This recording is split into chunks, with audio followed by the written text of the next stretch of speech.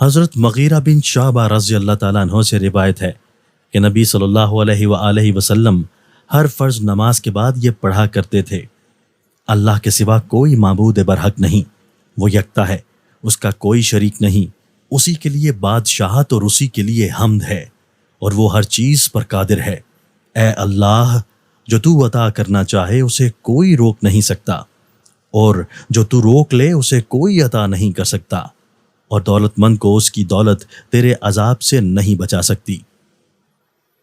حضرت علی رضی اللہ تعالیٰ عنہ بیان کرتے ہیں کہ نبی صلی اللہ علیہ وآلہ وسلم وتر کے آخر پر یہ دعا کیا کرتے تھے: اے اللہ، میں تیری رضا کے ذریعے تیری ناراضی سے، تیرے درگزر کے ذریعے تیری سزا سے پناہ چاہتا ہوں۔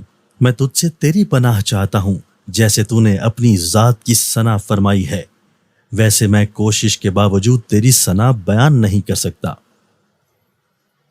حضرت ثوبان رضی اللہ تعالیٰ عنہ بیان کرتے ہیں، رسول اللہ صلی اللہ علیہ وآلہ وسلم نے فرمایا: 3 کام ایسے ہیں جن کا کرنا کسی کے لیے حلال نہیں۔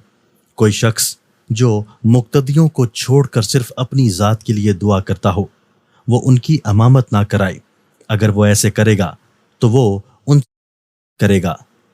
کوئی شخص اجازت طلب کرنے سے پہلے کسی گھر میں نہ جھانکے، اگر اس نے ایسا کیا تو اس نے ان سے خیانت کی۔ اور کوئی شخص بولو براز روک کر نماز نہ پڑھے حتیٰ کہ وہ اس سے فارغ ہو کر ہلکا ہو جائے۔ حضرت ابن مسعود رضی اللہ تعالیٰ عنہ بیان کرتے ہیں، میں نے نبی صلی اللہ علیہ وآلہ وسلم سے دریافت کیا کہ اللہ کو کون سا عمل سب سے زیادہ محبوب ہے؟ آپ صلی اللہ علیہ وآلہ وسلم نے فرمایا: وقت پر نماز ادا کرنا۔ میں نے عرض کیا: پھر کون سا؟ آپ صلی اللہ علیہ وآلہ وسلم نے فرمایا: والدین سے اچھا سلوک کرنا۔ میں نے عرض کیا: پھر کون سا؟ آپ صلی اللہ علیہ وآلہ وسلم نے فرمایا: اللہ کی راہ میں جہاد کرنا۔ ابن مسعود رضی اللہ تعالیٰ عنہ بیان کرتے ہیں، آپ نے مجھے یہ باتیں بتائیں، اگر میں مزید دریافت کرتا تو آپ مجھے اور زیادہ بتاتے۔